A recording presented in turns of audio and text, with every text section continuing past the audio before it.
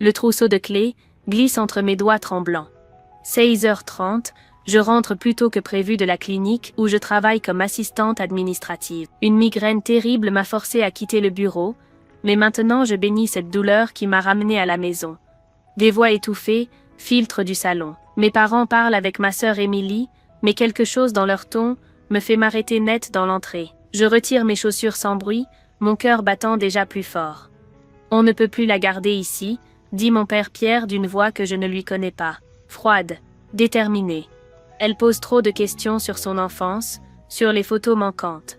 Ma mère sanglote doucement. Hier encore, elle a demandé pourquoi elle ne me ressemble pas, pourquoi elle n'a aucun trait de famille. Et cette idée stupide de faire un test ADN pour ses recherches généalogiques, le sang se glace dans mes veines.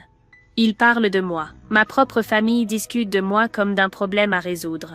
Si elle fait ce test, Pierre, la voix de ma mère se brise. Si elle découvre la vérité sur sa naissance, elle nous détruira tous. Ta réputation de médecin, ma carrière d'infirmière en chef, tout s'effondrera. Émilie, ma sœur de 30 ans, celle qui a toujours été la fierté de la famille, murmure quelque chose que je n'arrive pas à saisir. Mes jambes tremblent. Je m'appuie contre le mur, essayant de respirer silencieusement. La réunion est prévue demain soir, reprend mon père. On lui dira qu'elle doit partir, qu'il est temps qu'elle prenne son indépendance. À 28 ans, c'est normal de voler de ses propres ailes. On trouvera une excuse logique. Et si elle refuse, demande Émilie. Elle n'aura pas le choix. Le silence qui suit est plus terrifiant que leurs mots. J'entends ma mère qui continue de pleurer, des sanglots étouffés qui me déchirent le cœur. Cette femme que j'ai toujours adorée, qui m'a bercée, consolée, encouragée, elle pleure à l'idée de me garder près d'elle. Mes yeux se remplissent de larmes. Quelle vérité sur ma naissance peut être si terrible qu'elle justifie de me chasser de la maison familiale? Qu'ai-je fait de si grave en voulant simplement comprendre d'où je viens? Je recule vers la porte d'entrée, mes mains cherchant aveuglément la poignée. Il faut que je sorte d'ici avant qu'il me découvre. Mes pensées tourbillonnent. Test ADN. Vérité sur ma naissance. Photo manquante.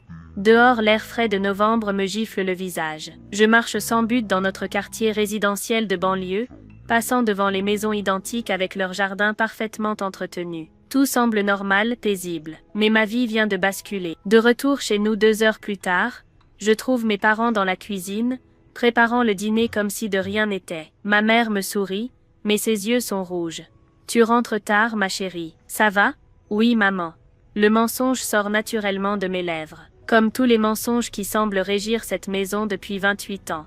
Cette nuit, quand tout le monde dort, je vais découvrir ce qu'il me cache. Quoi qu'il m'en coûte. La vérité, je la mérite enfin. 3 heures du matin. La maison dort profondément, mais moi je n'ai pas fermé l'œil. Chaque craquement du parquet me fait sursauter.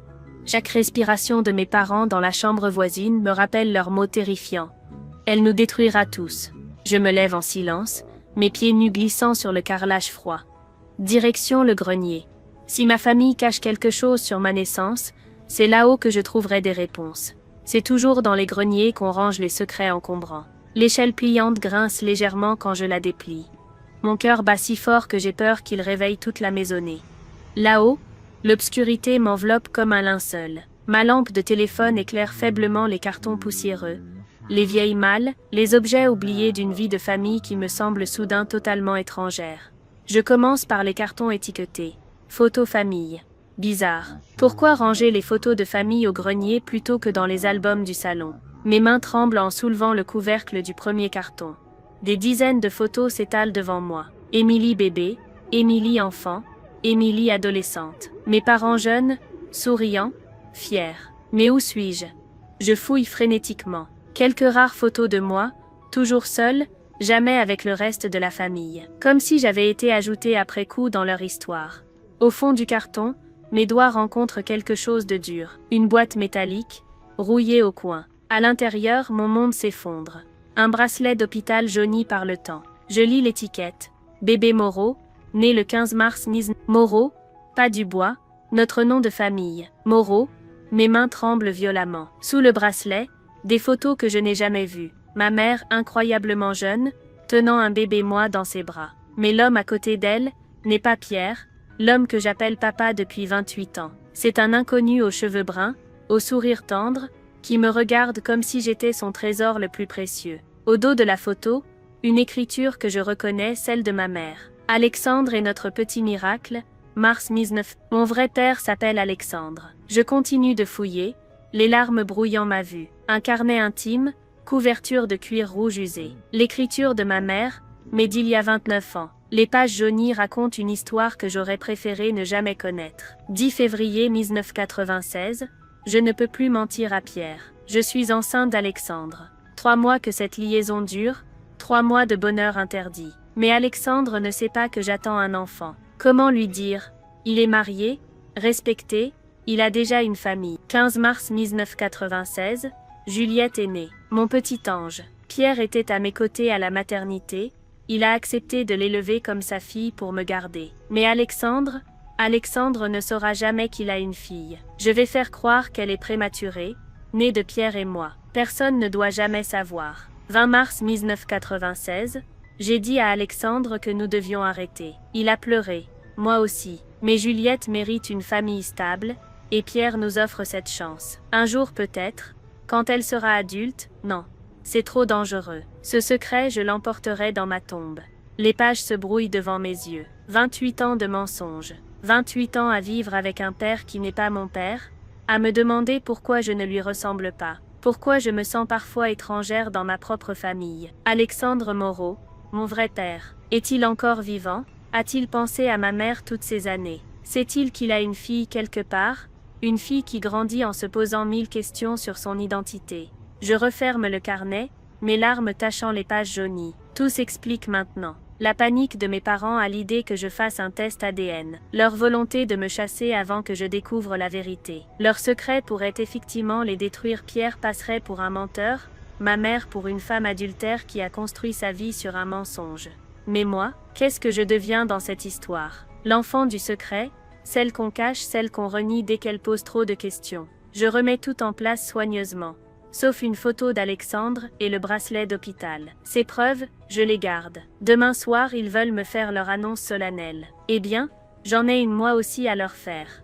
En redescendant l'échelle, une certitude grandit en moi. Je vais retrouver Alexandre Moreau. Je vais découvrir qui est mon vrai père. Et peu importe si cela détruit leur petit monde de mensonges. Après tout, ils ont déjà détruit le mien. Juliette passe la journée suivante dans un état second. À la clinique, elle commet des erreurs qu'elle ne fait jamais, elle confond des dossiers, oublie de transmettre des messages, fixe le vide pendant de longues minutes. Ses collègues lui demandent si elle va bien. Elle répond oui, mais le mensonge lui brûle les lèvres comme tous ceux qu'elle a entendus dans sa vie. Le bracelet d'hôpital est caché dans son sac à main, la photo d'Alexandre dans son portefeuille. 2 petites preuves qui font trembler les fondations de son existence. Chaque fois qu'elle les touche, une vague d'émotions contradictoires la submerge, colère, tristesse, curiosité, terreur. 19 heures. Elle rentre chez elle, sachant que ce soir, tout va exploser. Ses parents l'attendent dans le salon, assis côte à côte sur le canapé beige qu'elle a toujours détesté. Émilie est là aussi, évitant son regard. L'atmosphère est lourde, solennelle comme avant l'annonce d'un décès. « Juliette, assieds-toi s'il te plaît », dit Pierre d'une voix qu'il veut douce, mais qui sonne faux. Elle reste debout. Quelque chose en elle refuse de se soumettre à cette mise en scène pathétique. Nous avons réfléchi. Commence sa mère, les yeux rougis. Tu as 28 ans maintenant, une belle carrière qui démarre, il est temps que tu prennes ton indépendance. Nous pensons qu'il serait bien que tu trouves ton propre appartement, ajoute Pierre. C'est normal à ton âge. Nous t'aiderons financièrement pour le dépôt de garantie, bien sûr. Juliette les observe. Ces gens qui l'ont élevée, nourrie, aimée à leur façon. Ces gens qui mentent avec tant de naturel qu'ils ont fini par croire leurs propres mensonges. Sa mère évite son regard, Pierre affiche un sourire crispé, Émilie tripote nerveusement son alliance. Pourquoi? Demande simplement Juliette. Comment ça? Pourquoi? S'étonne sa mère. C'est naturel, ma chérie. Tous les jeunes adultes, pourquoi maintenant? Pourquoi cette urgence? Un silence. Ils échangent des regards. Pierre se racle la gorge. Il n'y a pas d'urgence. C'est juste le bon moment. Juliette sort lentement le bracelet d'hôpital de son sac. Le plastique jauni craque légèrement entre ses doigts. 3 visages deviennent livides. Bébé Moreau, lit-elle à voix haute. Né le 15 mars. C'est curieux, non? Je pensais que mon nom était Dubois. Sa mère porte une main à sa bouche, étouffant un gémissement. Pierre se lève d'un bond. Où as-tu trouvé ça? Dans le grenier? Avec les photos, avec le carnet. Le mot carnet agit comme une décharge électrique. Sa mère devient blanche comme un linge. Émilie ouvre des yeux horrifiés. Tu n'avais pas le droit de fouiller, s'exclame Pierre, perdant soudain toute sa fausse bienveillance. Et vous? Vous aviez le droit de me mentir pendant 28 ans? Juliette sort la photo de son portefeuille. L'homme brun aux yeux doux la regarde depuis le passé. Ses parents fixent cette image comme si elle était radioactive. Alexandre Moreau, dit-elle doucement, mon vrai père. Sa mère s'effondre en sanglots. Des pleurs déchirants, des années de culpabilité qui remontent à la surface. Pierre s'assoit lourdement, soudain vieilli de 10 ans. Juliette, murmure-t-il. Ne m'appelez plus Juliette. Ce prénom il vient de lui, n'est-ce pas? Alexandre l'avait choisi pour sa fille. Émilie prend la parole pour la première fois, sa voix tremblante, tu es ma sœur. Peu importe le reste, tu es ma sœur. Ta demi-sœur, corrige froidement Juliette. Encore un mensonge. Le silence retombe, lourd de 28 années de non-dit. Sa mère continue de pleurer, hoquetant des excuses incohérentes. Pierre la regarde avec une expression qu'elle ne lui a jamais vue, de la peur. Une peur panique de perdre tout ce qu'il a construit. Où est-il? Demande Juliette. Qui? Balbutie sa mère. Alexandre, mon père, où est-il? Je ne sais pas. Ça fait si longtemps, vous savez, j'en suis sûre. Pierre se redresse, tentant de reprendre le contrôle. Écoute, ma petite. Je ne suis plus votre petite. Je ne vous appartiens plus. Vous avez voulu me chasser? Eh bien, c'est réussi.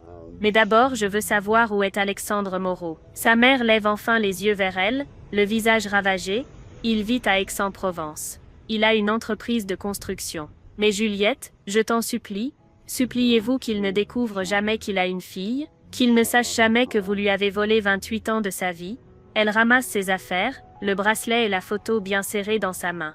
Je pars demain matin, pour de bon cette fois, mais pas parce que vous me chassez, parce que je vais retrouver mon vrai père. En montant dans sa chambre, elle entend sa mère qui sanglote de plus belle, et Pierre qui tente de la consoler. Émilie frappe à sa porte 1 heure plus tard, mais Juliette ne répond pas. Cette nuit-là, elle prépare sa valise en pensant à cet homme qu'elle va bientôt rencontrer, Alexandre Moreau. Son père, pour la première fois depuis des années, malgré la douleur, elle se sent enfin libre.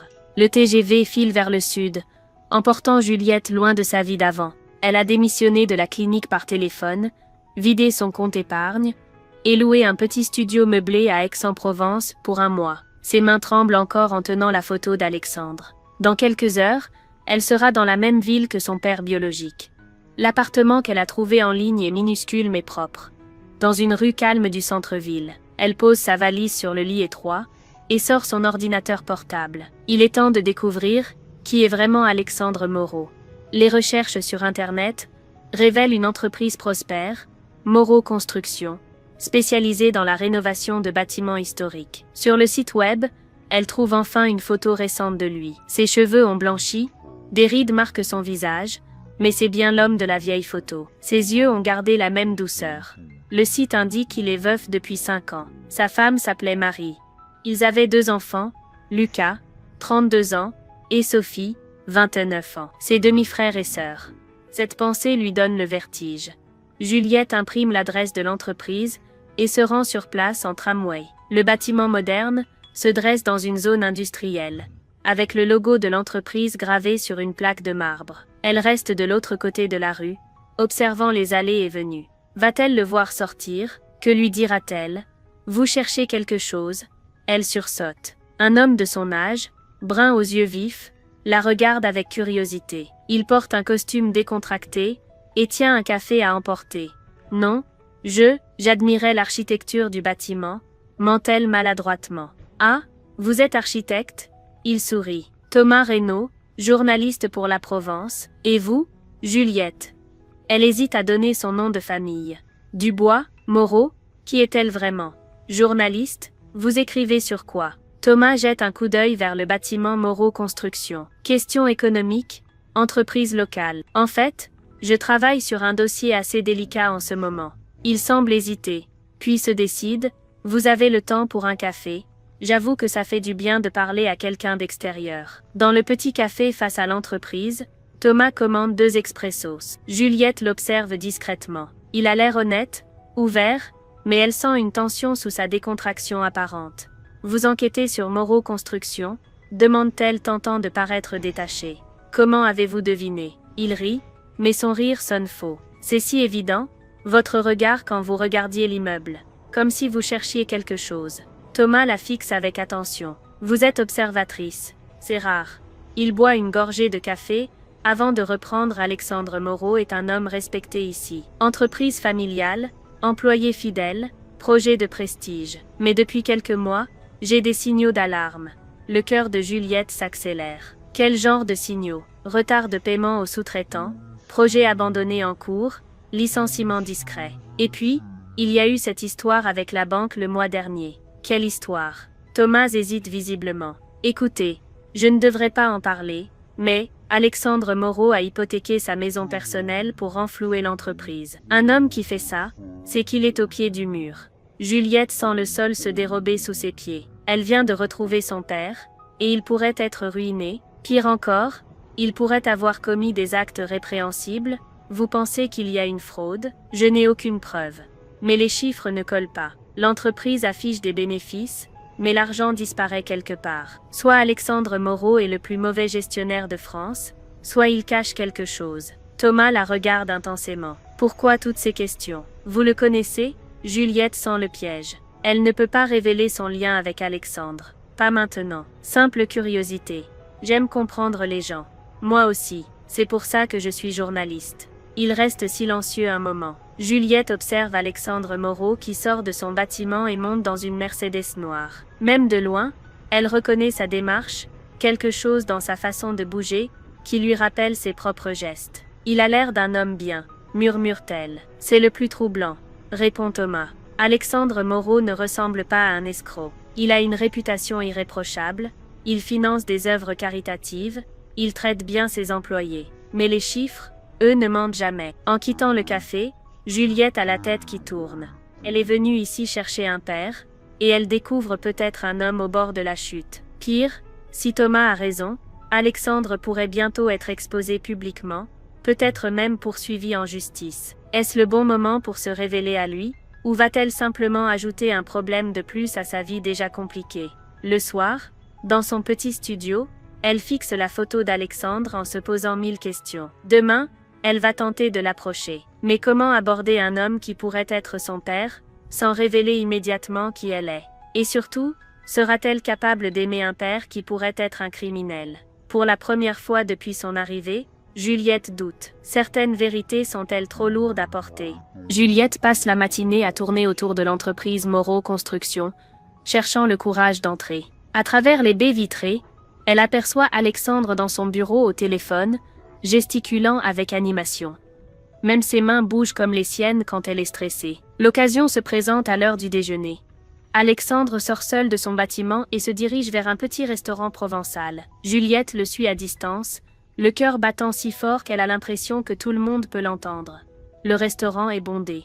Alexandre s'installe à une table près de la fenêtre, sort des documents de sa mallette et commence à les étudier en fronçant les sourcils. Juliette prend son courage à deux mains et s'approche. « Excusez-moi, toutes les tables sont occupées. Puis-je partager la vôtre ?» Alexandre lève les yeux. Pendant une seconde, une lueur étrange passe dans son regard, comme s'il la reconnaissait sans pouvoir la replacer. « Bien sûr, je vous en prie. » Il range rapidement ses papiers. De près, Juliette voit les cernes sous ses yeux, les rides de fatigue. Les révélations de Thomas sur les difficultés financières prennent soudain tout leur sens. « Vous êtes nouveau à Eck ?» demande-t-il poliment. « Nouvelle, oui. Je suis arrivé hier. Pour le travail, pour des recherches personnelles. » Alexandre commande une salade niçoise. Juliette fait de même. Elle cherche désespérément un sujet de conversation qui ne paraisse pas artificiel. « Vous travaillez dans le quartier? J'ai une entreprise de construction juste en face. » Il sourit, mais elle perçoit une tension dans sa voix. « Et vous, dans quel domaine? » Administration médicale. Enfin, j'ai eu besoin de faire une pause. Ah, le burn-out. Je comprends. Il mange en silence quelques minutes. Juliette l'observe discrètement, notant chaque détail, sa façon de tenir sa fourchette, son habitude de passer la main dans ses cheveux quand il réfléchit, son sourire qui n'atteint jamais tout à fait ses yeux. « Vous me rappelez quelqu'un ?» dit-il soudain. Le cœur de Juliette manque un battement. « Vraiment ? Une personne que j'ai connue il y a longtemps. Très longtemps. Il la regarde intensément. C'est troublant, cette ressemblance. Elle vous manque, cette personne. Alexandre pose sa fourchette. Ses yeux se voilent de mélancolie. Tous les jours depuis 28 ans. 28 ans. L'âge de Juliette. Ce ne peut pas être une coïncidence. Que s'est-il passé? Elle a disparu de ma vie du jour au lendemain. Sans explication. J'ai essayé de la retrouver, mais il hausse les épaules avec amertume. Certaines personnes ne veulent pas être retrouvées. Juliette sent les larmes monter. Sa mère lui a fait croire qu'Alexandre ne s'était jamais soucié d'elle, qu'il avait accepté facilement la rupture. Mais cet homme face à elle porte encore la blessure de cette séparation. Vous l'aimiez, plus que tout au monde. Sa voix se brise légèrement. J'aurais tout quitté pour elle. Ma femme, ma situation, tout.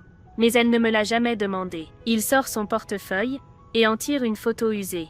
Juliette reconnaît immédiatement sa mère, âgée d'une vingtaine d'années, souriante et radieuse. Claire, murmure-t-il, la femme la plus extraordinaire que j'ai jamais rencontrée. Juliette fixe la photo, émue aux larmes. Cet homme a gardé une photo de sa mère pendant 28 ans. Il l'aime encore. Elle était mariée? Demande-t-elle d'une voix étranglée. Oui, comme moi. C'était compliqué. Alexandre range précieusement la photo. Parfois, je me demande ce qui serait arrivé si les circonstances avaient été différentes. Si nous avions eu un enfant ensemble, les mots résonnent dans l'esprit de Juliette comme une révélation. Il a pensé à cette possibilité. Il s'est demandé s'il pourrait avoir un enfant de Claire. Vous n'avez jamais eu d'enfant avec elle? Non. Enfin, je ne pense pas. Il la regarde avec une expression douloureuse. Elle est partie si brutalement. Si elle avait été enceinte, elle me l'aurait dit, n'est-ce pas? Juliette sent sa gorge se serrer. Non, Alexandre. Elle ne te l'a pas dit. Elle t'a volé ta fille pendant 28 ans. Le portable d'Alexandre sonne. Il regarde l'écran et soupire. Mon fils. Excusez-moi. Il décroche. Oui, Lucas? Non, ce n'est pas encore réglé. Je sais que c'est urgent, mais, d'accord, j'arrive. Il raccroche et se tourne vers Juliette avec un sourire d'excuse. Problèmes familiaux. L'entreprise traverse une période difficile, et mes enfants s'inquiètent. Il règle l'addition malgré les protestations de Juliette. J'ai été ravie de parler avec vous. C'est rare de rencontrer quelqu'un d'aussi apaisant. Vous avez quelque chose de spécial. Il lui tend sa carte de visite. Si vous restez quelques jours à Eck, n'hésitez pas à m'appeler. J'aimerais vous montrer les plus beaux monuments de la ville. Une fois seule, Juliette reste assise de longues minutes, la carte entre les mains. Alexandre Moreau, directeur général. Son père, cet homme doux et mélancolique qui porte encore l'amour de sa mère comme une blessure ouverte. Thomas avait raison, Alexandre ne ressemble pas à un escroc. Il ressemble à un homme brisé qui se bat pour sauver ce qui lui reste. Et maintenant, elle sait qu'il a toujours rêvé d'avoir un enfant avec Claire. Il a toujours rêvé d'elle, sans le savoir. Le plus dur reste à faire, lui révéler qu'elle existe, lui dire qu'elle est cet enfant qu'il a imaginé, et espérer que cette révélation ne le détruira pas complètement. Car elle commence à comprendre qu'Alexandre Moreau est déjà au bord du gouffre, et elle pourrait bien être la dernière poussée qui le fait basculer. 3 jours passent avant que Juliette trouve le courage d'appeler Alexandre. 3 jours à tourner en rond dans son petit studio, à regarder sa carte de visite, à répéter mentalement ce qu'elle va lui dire. Comment révèle-t-on à un homme qu'il est père? Comment détruit-on un monde en quelques mots? Elle l'appelle un jeudi matin. Sa voix au téléphone est chaleureuse, presque soulagée de l'entendre. « Juliette, j'espérais que vous appelleriez. Avez-vous eu le temps de visiter la ville? Un peu. Mais j'aimerais beaucoup cette visite guidée que vous m'aviez proposée. Parfait.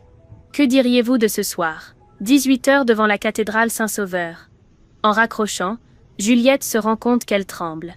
Ce soir, elle va lui dire la vérité. Ce soir, sa vie et celle d'Alexandre vont basculer définitivement. Elle passe l'après-midi à se préparer psychologiquement. Dans son sac, elle glisse la photo de sa mère avec Alexandre et le bracelet d'hôpital. Les preuves de son identité. Les preuves de 28 ans de mensonges. La cathédrale Saint-Sauveur se dresse majestueusement dans la lumière dorée du couchant.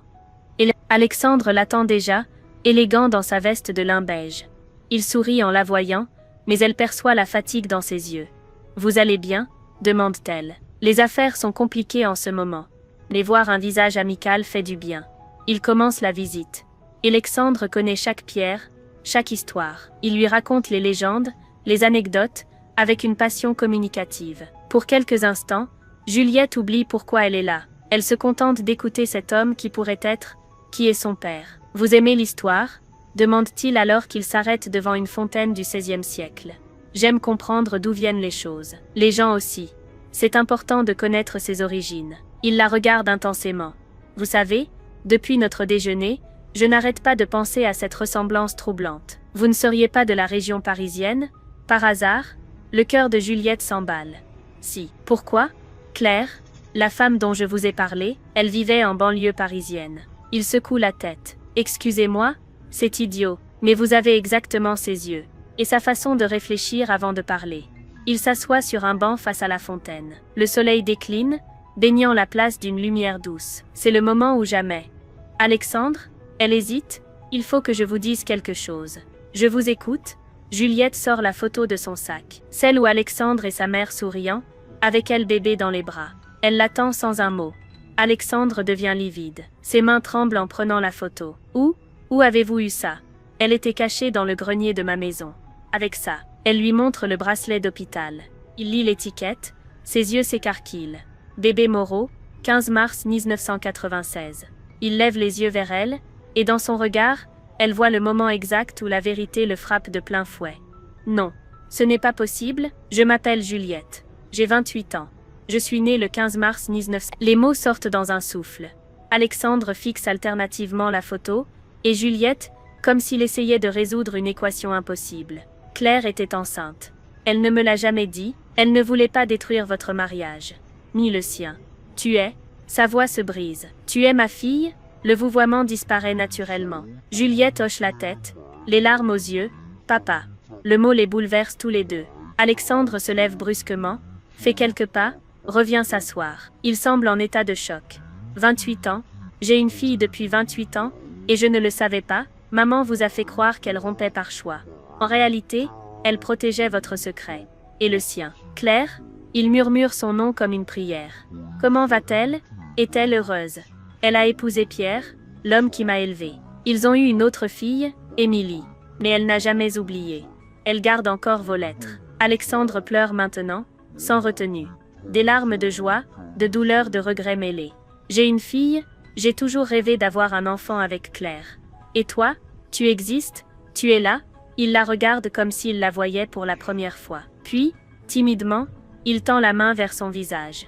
Tu as ses yeux, mais mon menton, et mes mains. Il prend ses mains dans les siennes. Compare la forme des doigts, la taille des paumes. 28 ans d'amour paternel refoulé explose d'un coup. Pardonne-moi, murmure-t-il. Pardonne-moi de ne pas avoir été là. Si j'avais su, vous ne pouviez pas savoir. Ils restent longtemps enlacés sur ce banc, pleurant ensemble. Les passants les regardent avec curiosité. Mais ils s'en moquent. Ils ont 28 ans de tendresse à rattraper. Mais dans l'euphorie de ces retrouvailles, Juliette pense soudain aux révélations de Thomas. Son père traverse une crise financière majeure. Ses autres enfants ne l'accepteront jamais. Et maintenant, il découvre qu'il a menti à sa famille pendant des décennies en cachant cette liaison. En lui révélant son existence, vient-elle de sauver Alexandre Moreau ou de précipiter sa chute définitive? La nuit tombe sur Aix-en-Provence, et avec elle, l'incertitude sur ce que leur apportera demain. Le lendemain matin, Juliette trouve 14 appels manqués d'Alexandre sur son téléphone. Quand elle le rappelle, sa voix tremble d'émotion. « Juliette, j'ai passé la nuit à regarder tes photos d'enfance sur Internet. J'ai retrouvé quelques articles sur tes prix scolaires. Ma fille est brillante. » Elle sourit malgré l'inquiétude qui la ronge. « Tu as cherché toute la nuit? Je n'arrivais pas à dormir. 28 ans à rattraper. Veux-tu déjeuner avec moi? J'aimerais te présenter à mes enfants. » Le cœur de Juliette se serre. « Tu crois que c'est une bonne idée? Ils doivent savoir qu'ils ont une sœur. » 2 heures plus tard, Juliette pénètre dans la villa d'Alexandre, une belle maison provençale entourée de cyprès. Dans le salon, Lucas et Sophie l'attendent. Lucas, 32 ans, lui ressemble étonnamment. Sophie, 29 ans, blonde et élégante, affiche une méfiance évidente. « Mes enfants, voici Juliette », annonce Alexandre d'une voix émue. « Votre demi-sœur ?» Le silence qui suit est glacial. Lucas se lève brusquement. « Qu'est-ce que tu racontes ? Asseyez-vous, je vais tout vous expliquer. » Alexandre raconte l'histoire avec une sincérité désarmante, sa liaison avec Claire, la disparition soudaine, la découverte de Juliette. Sophie devient livide. « Tu veux dire que pendant que maman était malade, tu avais une maîtresse? Ta mère était déjà distante. Notre mariage battait de l'aile depuis des années. Et maintenant cette fille, Débarque pour réclamer quoi exactement? Siffle Sophie. Je ne réclame rien, intervient Juliette. Je voulais juste connaître mon père. Ton père? Lucas ricane amèrement. Il a déjà assez de problèmes sans qu'une inconnue vienne bouleverser sa vie. Alexandre fronce les sourcils. Quel problème? Les deux enfants échangent un regard. Sophie soupire. Papa, nous savons pour l'entreprise. Les dettes? L'hypothèque sur la maison? Nous pensions te laisser du temps, mais, vous savez quoi exactement? Lucas sort des documents de sa mallette. Les comptes sont dans le rouge depuis 2 ans. Tu as caché les pertes en manipulant les bilans. C'est de la faillite frauduleuse, papa. Alexandre devient livide. Comment avez-vous eu accès à ces documents? Nous sommes tes héritiers. Nous avons le droit de protéger notre patrimoine. Votre patrimoine? La voix d'Alexandre durcit. C'est mon entreprise. Ma vie? Une vie qui va nous ruiner tous. Explose Sophie. Et maintenant? Tu nous amènes cette fille en prétendant qu'elle est ta fille? Comme par hasard? Au moment où l'entreprise coule. Juliette se lève, blessée. Je ne savais rien des problèmes financiers avant hier. Bien sûr. Sophie se tourne vers son père. Papa, tu ne vois pas que c'est une arnaqueuse? Elle a appris tes difficultés, et elle vient jouer sur ta culpabilité. Sophie, Alexandre se dresse, furieux. Juliette est ma fille. J'en suis certain. Prouve-le, fais un test ADN. Le portable de Juliette sonne. Thomas, elle hésite à répondre, puis décroche. Juliette, j'ai une mauvaise nouvelle. Mon article sur Moreau Construction paraît demain en une. Je n'ai pas pu l'arrêter. Le sang de Juliette se glace. Quel article? Sur les irrégularités financières. Le parquet va être saisi. Je suis désolée, je ne savais pas que vous le connaissiez personnellement. Alexandre la regarde avec inquiétude. Que se passe-t-il? Juliette raccroche, effondrée. Papa, il faut que tu saches quelque chose. Elle lui raconte sa rencontre avec Thomas, son enquête, l'article qui va paraître. Alexandre s'effondre dans un fauteuil. Un journaliste? Tu connaissais un journaliste qui enquête sur moi? Je ne savais pas, je l'ai rencontré par hasard. Lucas explose. Par hasard? Papa? Ouvre les yeux. Cette fille t'espionne depuis le début. Non, crie Juliette. J'ai rencontré Thomas avant de savoir qui j'étais. Menteuse? Sophie se dresse face à elle. Tu travailles avec ce journaliste pour nous détruire. Sors de cette maison. Sophie, tais-toi. Alexandre se lève péniblement. Juliette, dis-moi la vérité. Tu savais pour Thomas? Les larmes aux yeux? Juliette avoue? J'ai appris ses soupçons, oui. Mais je ne lui ai rien dit sur nous. Je ne lui ai même pas dit mon nom de famille. Mais tu ne m'as pas prévenu non plus. Le reproche dans sa voix la transperce. Elle vient de retrouver son père, et elle le perd déjà. Je ne savais pas comment te le dire. Alexandre regarde ses 3 enfants, Lucas et Sophie qui le fixent avec déception, Juliette qui pleure. En 24 heures, sa famille s'est agrandie et déchirée. Il faut que je réfléchisse, murmure-t-il. J'ai besoin d'être seule. Juliette ramasse son sac avec des gestes mécaniques. Sur le seuil, elle se retourne une dernière fois. Papa, quoi qu'il arrive, je ne regrette pas de t'avoir trouvé. Dehors, la pluie se met à tomber. Juliette marche sans but dans les rues d'Es, trempée et désespérée. Elle a voulu connaître son père, et elle a détruit sa vie. Thomas avait raison, certaines vérités sont trop lourdes à porter. Dans sa poche, son téléphone vibre. Un message d'Alexandre. Rendez-vous demain 8 h au café de la mairie. Nous devons parler. Demain, elle saura si elle a gagné un père, ou si elle l'a perdu à jamais. Juliette arrive au café de la mairie, avec 20 minutes d'avance. Elle n'a pas dormi, retournant dans sa tête 1000 façons d'expliquer à Alexandre qu'elle n'a jamais voulu lui nuire. À 8 h précises, il apparaît les traits tirés, une copie de la Provence sous le bras. L'article de Thomas fait la une. Moreau Construction, enquête sur une faillite masquée. La photo d'Alexandre accompagne le titre. En quelques heures, toute la région va connaître ses difficultés. Assieds-toi, dit-il simplement. Il commande 2 cafés en silence. Alexandre déplie le journal, lit quelques lignes, puis le referme avec un soupir résigné. C'est fini. Dans une semaine, tout sera saisi. L'entreprise, la maison, 40 ans de travail réduits à néant. Papa. Non. Il lève la main. Laisse-moi parler d'abord. Il la regarde avec une intensité douloureuse. Hier soir, Lucas et Sophie m'ont demandé de choisir. Eux ou toi. Ils pensent que tu es une aventurière qui profite de ma vulnérabilité. Le cœur de Juliette se brise. Et tu les crois?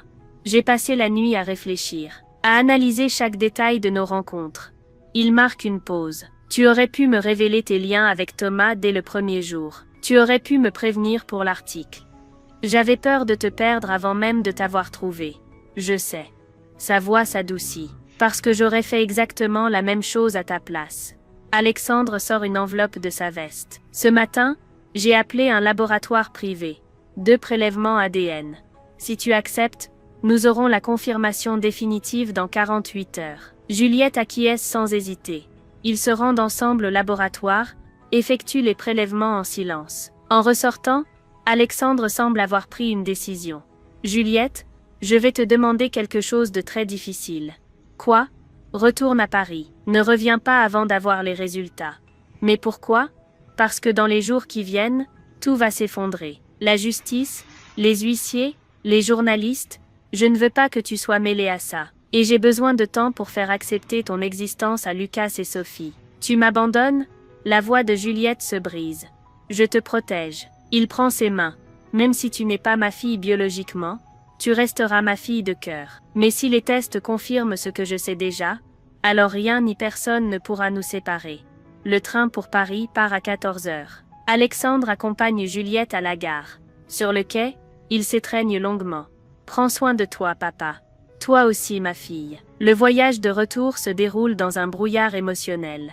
Juliette regarde défiler le paysage en pensant à tout ce qui s'est passé en une semaine.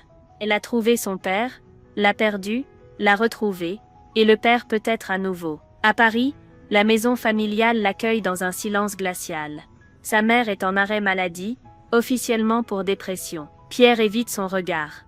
Seule Émilie lui adresse la parole. « Tu as vu Alexandre ?» demande sa sœur. « Oui, oui. Et, il m'a reconnu. » Mais tout se complique. Émilie la prend dans ses bras. « Je suis désolée pour la façon dont on t'a traité. Maman nous a expliqué, papa aussi. Enfin Pierre, tu comprends. Où est maman? Dans sa chambre. Elle ne sort plus depuis que tu es parti. » Juliette monte voir sa mère. Claire est allongée, les yeux dans le vague, vieillie de 10 ans en une semaine. « Maman ?»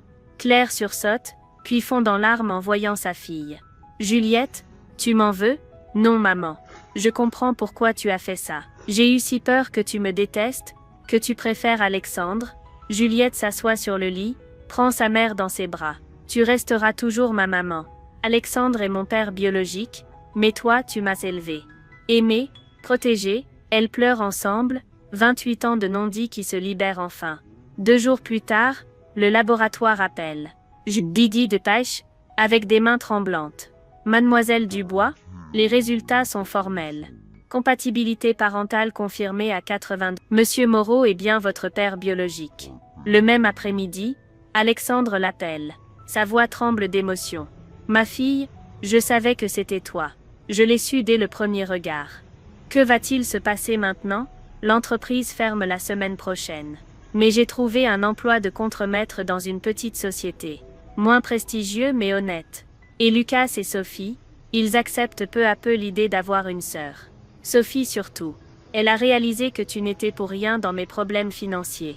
Je veux revenir te voir. Pas encore. Laisse-moi d'abord reconstruire ma vie. Dans quelques mois, quand tout sera stabilisé, nous aurons tout le temps du monde. En raccrochant, Juliette sourit pour la première fois depuis des jours. Elle a un père. Il l'aime. Et malgré tous les obstacles, ils finiront par construire une vraie relation. Parfois, les plus beaux héritages ne sont pas matériels. Parfois, il suffit de savoir qu'on a sa place dans le cœur de quelqu'un pour que la vie reprenne son sens. Dans sa chambre, Juliette encadre la photo d'Alexandre et sa mère. Puis elle commence à écrire une longue lettre à son père. La première d'une correspondance qui durera le temps de leur reconstruction mutuelle. Dehors, le soleil perce enfin les nuages. Juliette ajuste le micro devant l'assemblée de jeunes adultes réunis dans la salle de conférence de son cabinet de conseil familial. 20 visages la regardent avec attention, tous portant dans leurs yeux cette même blessure qu'elle connaît si bien, celle des secrets de famille, des mensonges qui brisent les identités. La vérité fait mal, dit-elle d'une voix douce mais ferme. Mais le mensonge fait mourir à petit feu. Dans le fond de la salle, Alexandre sourit discrètement. À 60 ans, il a trouvé la paix dans la simplicité.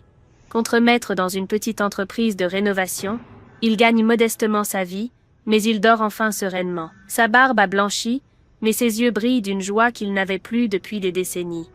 Après la conférence, père et fille marchent ensemble dans les rues de Paris. Leur rituel du jeudi soir, dîner en tête-à-tête pour rattraper 3 décennies perdues. « Comment va Sophie ?» demande Juliette.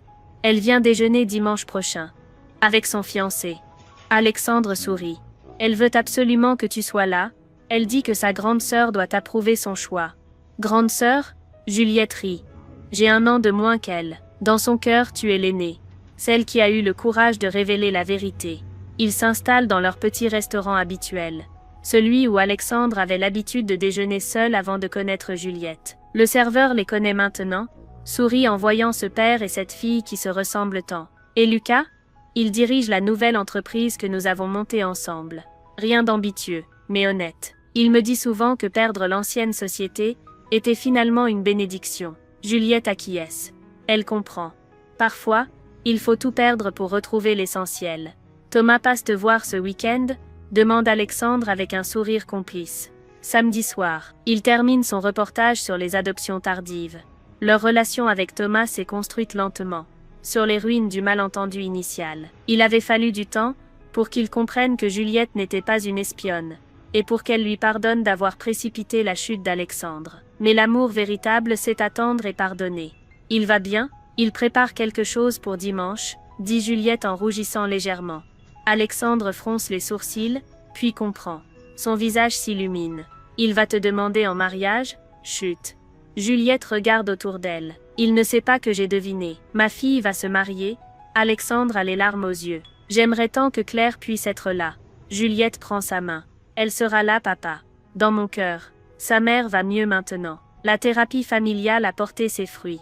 Claire a appris à vivre avec ses choix passés, à ne plus porter seule le poids de ses secrets. Elle et Alexandre se sont même revus, une fois pour boire un café et se pardonner mutuellement. Rien de romantique, juste 2 personnes qui ferment enfin un chapitre douloureux de leur vie. Pierre reste le père du quotidien, celui qui l'a élevé, qu'il appelle encore ma petite fille avec tendresse. Émilie est devenue sa confidente, sa complice. Une famille recomposée, imparfaite, mais enfin vraie. Papa, dit soudain Juliette, je veux que ce soit toi qui me conduise à l'hôtel.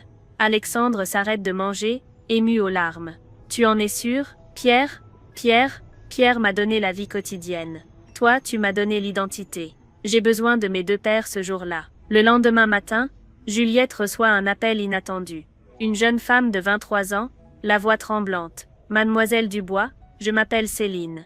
J'ai lu votre livre sur les secrets de famille. Je crois que mon père n'est pas mon père. Juliette sourit. Son livre, Les mensonges de sang, publié l'année précédente, raconte son histoire et aide d'autres personnes à traverser des épreuves similaires. Il se vend modestement, mais touche profondément ceux qui en ont besoin. Céline, dit-elle doucement, racontez-moi tout, nous allons affronter cette vérité ensemble.